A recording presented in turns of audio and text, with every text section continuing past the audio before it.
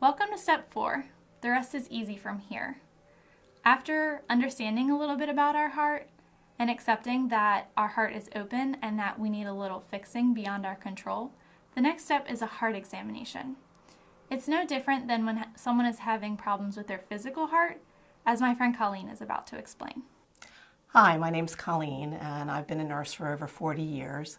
I'm going to talk to you a little bit today about our heart and if you have a problem with it. Let's just say that you're having chest pain and you want to come into the emergency room to see what's going on. First of all, our heart is a muscle that circulates blood through our body and brings oxygen and nutrients to vital organs. And if you're having discomfort or pain and you come to the emergency room, there are certain things that are going to happen. You would be seen by a triage nurse who would check your vital signs and ask questions to you about whether or not you're having specific kinds of pain and symptoms that could be varied, and they would put you through a battery of tests to be sure that you're not having severe situations.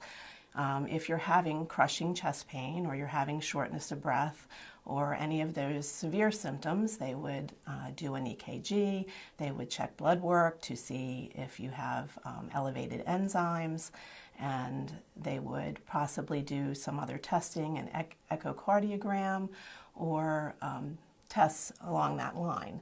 And those would be evaluated, and then they would decide whether or not you were going to have further testing.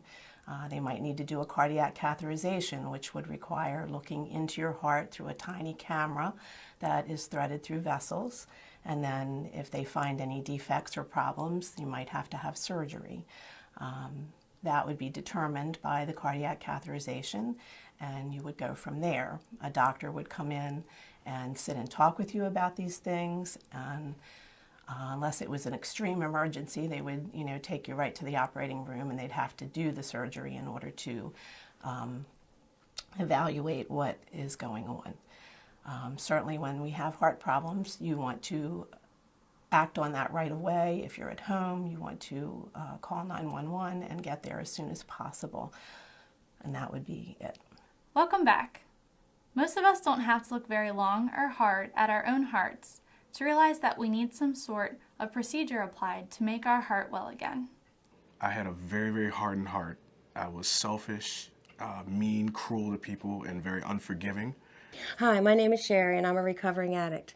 In that process of many years gone by with injuries and things that I have had in my life, I then became addicted to prescription pain medications because of chronic pain.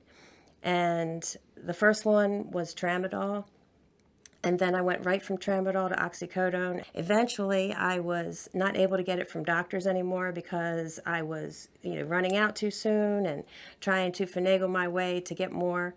So then I began buying it on the streets, and that eventually led to heroin. I began snorting heroin because it was cheaper, it was more available, and it was stronger.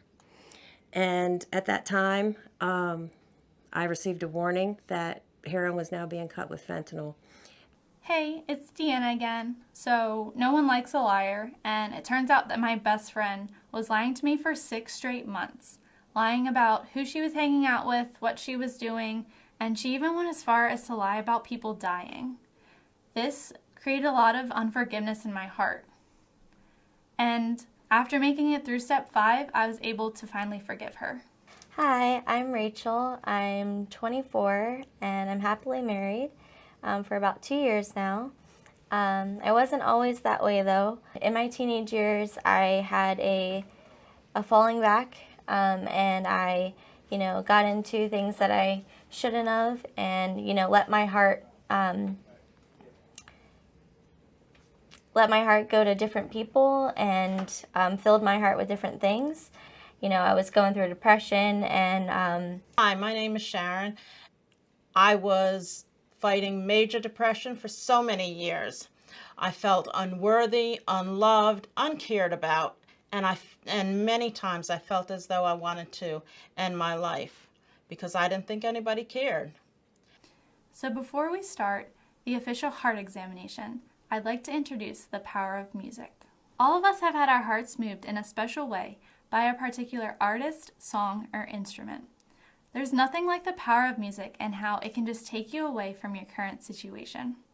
There's a special healing that comes from music if we're open to it.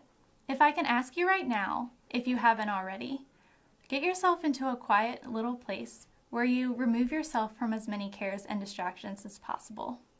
Otherwise, your heart examination is not going to be as effective. Welcome back if you took a little break to get situated. Now listen closely before I start the song. This might be a little leap of faith for some of you, but in actuality it isn't that complicated at all. So let me start by asking you a simple question.